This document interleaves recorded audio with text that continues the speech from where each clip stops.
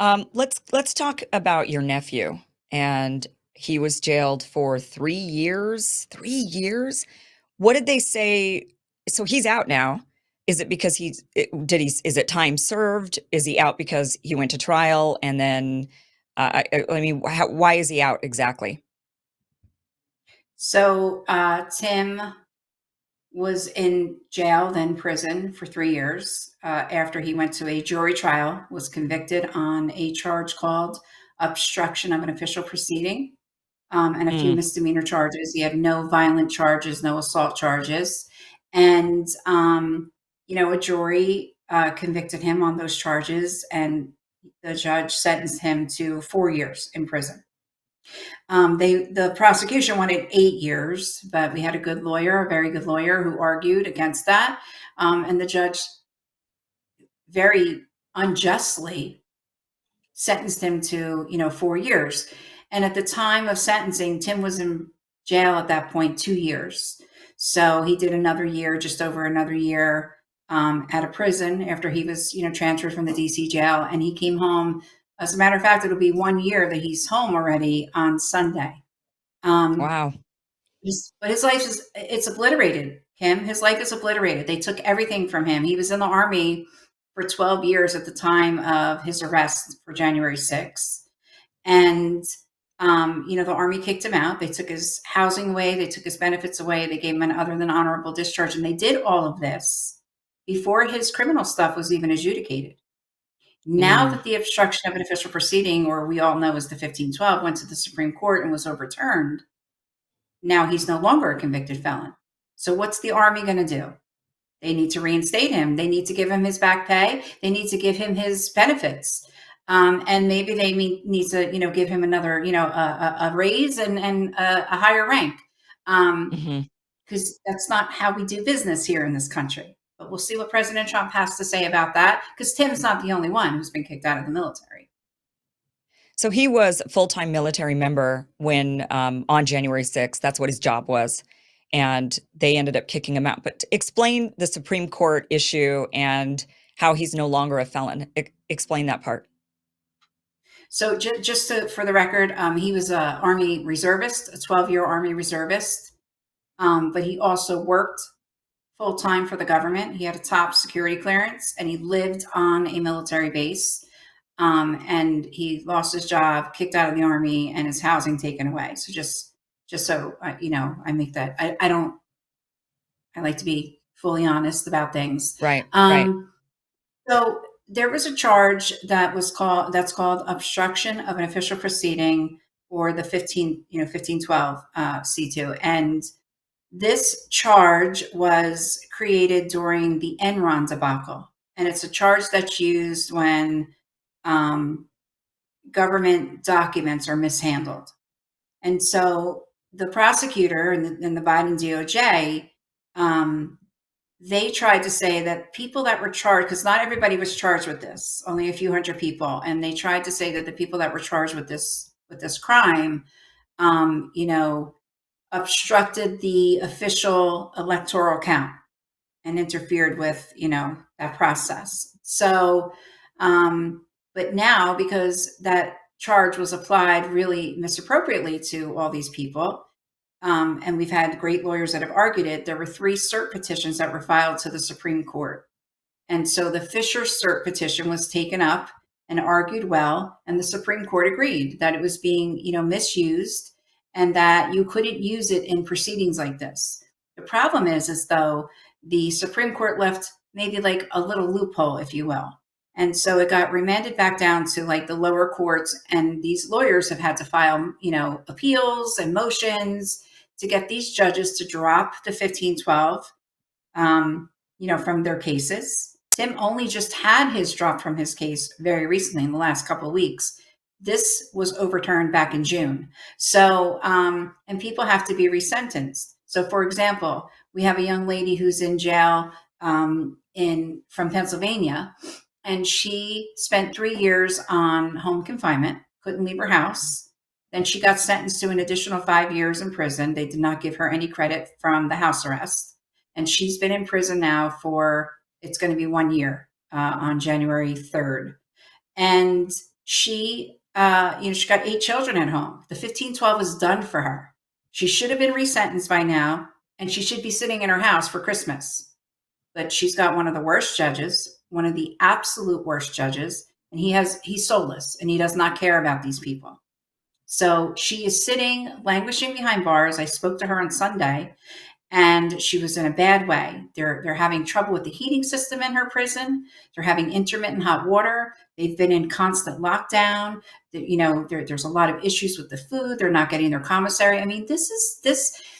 I wish I could say to you that this was a January 6th issue, but it's not, right? This is a prison issue. The Bureau of Prison is a disgrace. It's despicable. I really hope that we, overhaul the prison system. I hope President Trump really looks into that, because these people are kept in despicable and disgusting, conditions. And I hope we hear from Steve Bannon soon. I think Steve will talk out about, his 4 months. And, we recently had a conversation about it. So the 1512, while it's been overturned by the Supreme Court, it's still a big thorn in the side of these people who were charged with it. Yeah. So your nephew, why did it take 2 years? And why didn't they? So 2 years before he was actually convicted and then sentenced, 2 years in jail. Why? And he didn't do anything violent. And they only charged him for this obstruction of a proceeding. So they didn't get him for anything violent. Did he even enter the Capitol building that day? Was that something? He did go inside. He did go inside. Mhm.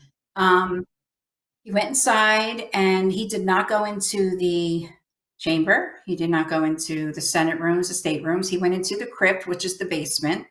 And he's on video, being a silly little nerd that he is.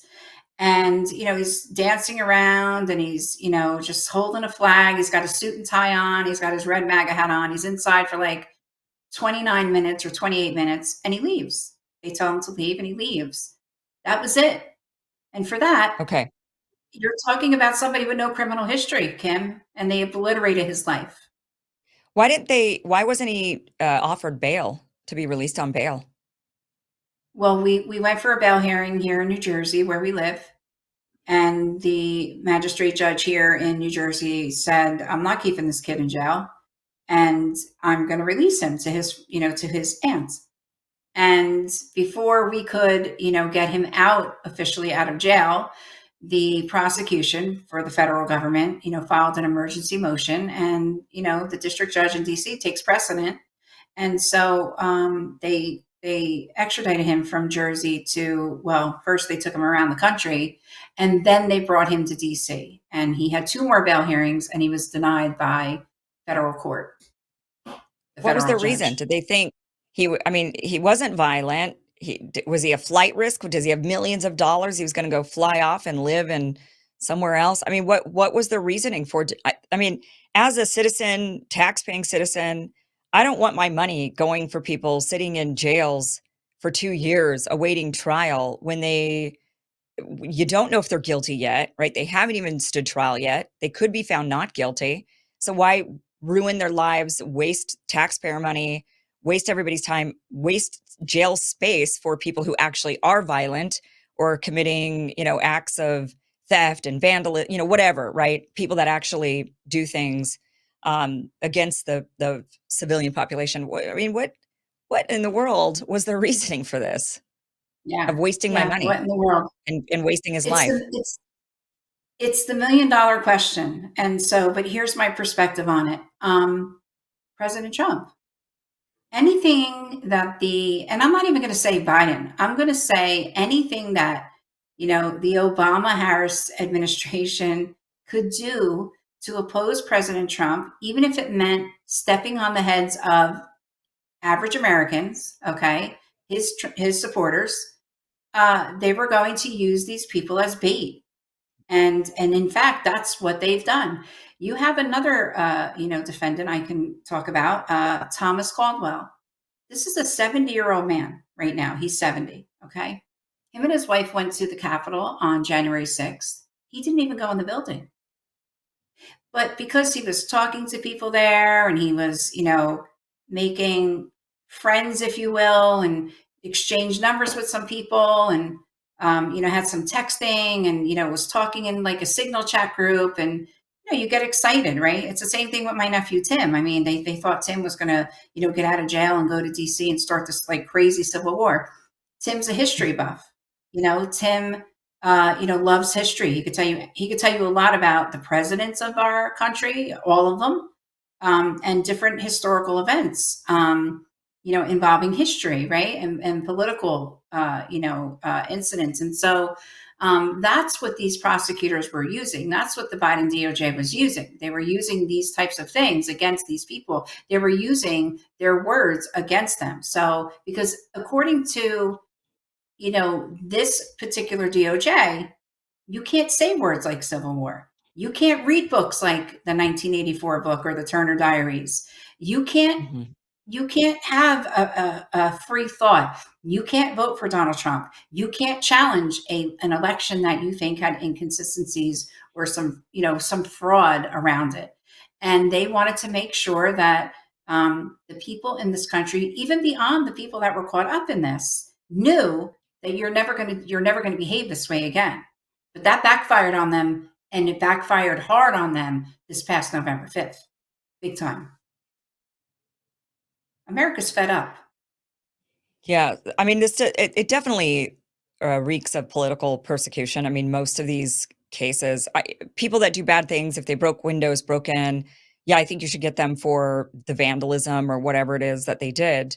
But, to go after people, I mean, how many people did they charge? So at this point now, we're at about 1,500, just about 1,571 or 72 people, all told, that are charged with connection to January 6th. Of that number, you have over 300 people that are, behind bars.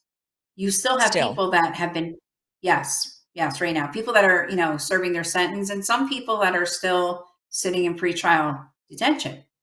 Um, you have some people that are already convicted, have already gone to trial, have already gone and gotten their verdict, and now they're waiting to be sentenced. Or you have some people who have been sentenced and they're waiting for their entry date. Like, for example, we have somebody who went today for their sentence. Her name is Dova Weingart. And, or maybe she went last week, and she was sentenced, I think, 4 months.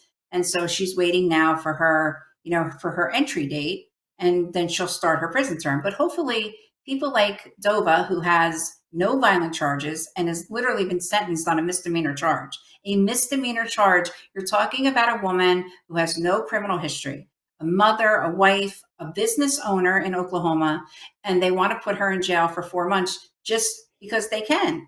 But President Trump isn't going to have it, and he's going to do something on January 20th. That is for sure. Yeah.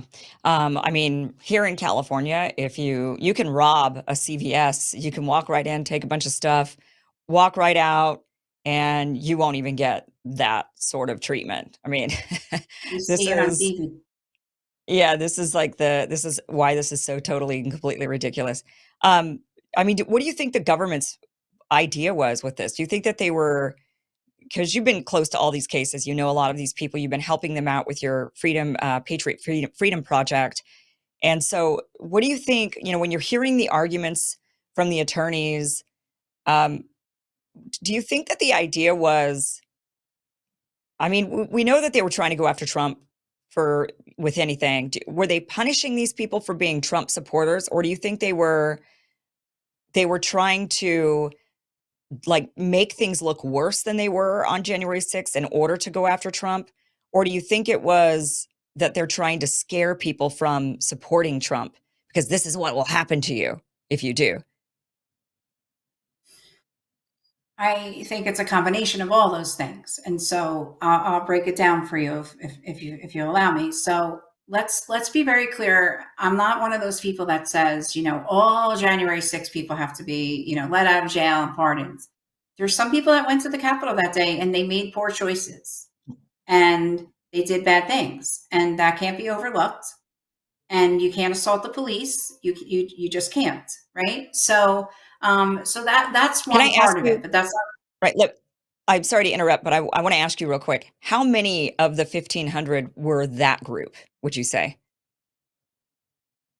I would say a small number. I don't really know the number right now off the top of my head. I would say a small number, but and there's some people that have gotten a lot of attention that maybe shouldn't, who were violent that day, very violent that day, and it's a concern because people like that have made it harder for people like Tom Caldwell or people like my nephew Tim or people like Dova.